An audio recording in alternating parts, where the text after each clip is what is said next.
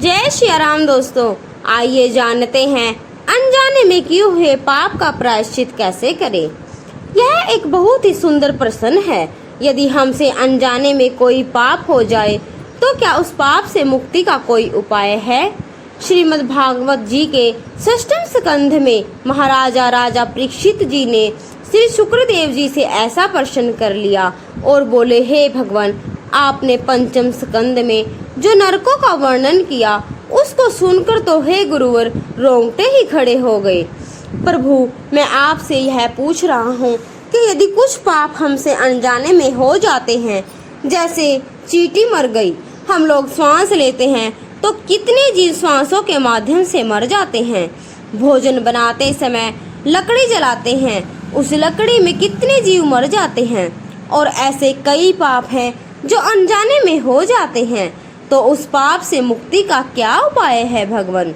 आचार्य शुक्रदेव जी ने कहा, हे राजन, ऐसे पाप से मुक्ति के लिए रोज 5 प्रकार के यज्ञ करने चाहिए। तो महाराजा परीक्षित ने कहा, भगवान, अगर एक यदि करना पड़ता है तो सोचना पड़ता है, और आप 5 यज्ञ रोज कह रहे हैं। यहाँ पर आचार्य शुक्रदेव जी हम सभी मानव कल्याण के लिए 5 यज्ञों का वर्णन करते हैं। पहला यज्ञ है, जब घर में रोटी बने तो पहली रोटी गाय के लिए निकाल देनी चाहिए।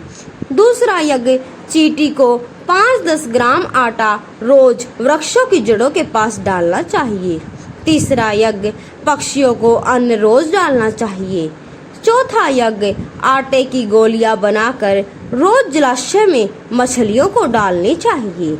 5वां यज्ञ, भोजन बनाकर भोजन को रोटी को छोटे छोटे टुकड़ों में उसमें चीनी मिलाकर अग्नि को भोग लगाना चाहिए।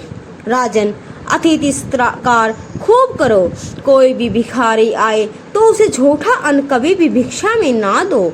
ऐसा करने से अनजाने में किए हुए पाप से मुक्ति मिल जाती है। हमें इसका दोष नहीं लगता, उन पापों का फल हमें नहीं भोगना पड़ता। राजा ने पुनः पूछ लिया, हे भगवान, यदि गृहस्थ में रहकर ऐसे यज्ञ ना हो पाए और कोई उपाय हो सकता है क्या? तब यहाँ पर श्री शुक्रदेव जी कहते हैं, नरक से मुक्ति पाने के लिए हम प्रायश्चित करें। कोई व्यक्ति तपस्या के द्वारा प्रायश्चित करता है, कोई ब्रह्मचर्य पालन करके प्रायश्चित करता है, कोई व्यक्ति यम नियम आसन के द्वारा प्रायश्चित करता है। लेकिन मैं तो ऐसा मानता हूँ कि हे राजन, केवल हरि नाम संकीर्तन से ही जाने और अनजाने में किए हुए पाप को नष्ट करने की सामर्थ्य है। इसलिए हे राजन सुनिए, किसी को पता नहीं कि जो श्वास अंदर जा रही है वह लौट कर वापस आएगी कि नहीं। इसलिए सदैव हरि का नाम जपते रहे। मैं तो महाराज आप सबसे निवेदन करता हूँ कि भगवान राम और कृष्ण के नाम को जपने के लिए कोई भी नियम की जरूरत नहीं होती। कहीं भी, कभी भी, किसी भी समय, सोते जागते बैठते उठते गोविंदा श्री राम का नाम रटते रहो। हरे राम हरे राम हरे राम हरे हरे, हरे कृष्णा कृष्णा कृष्णा हरे हरे। जय श्री राम, जय श्री कृष्णा।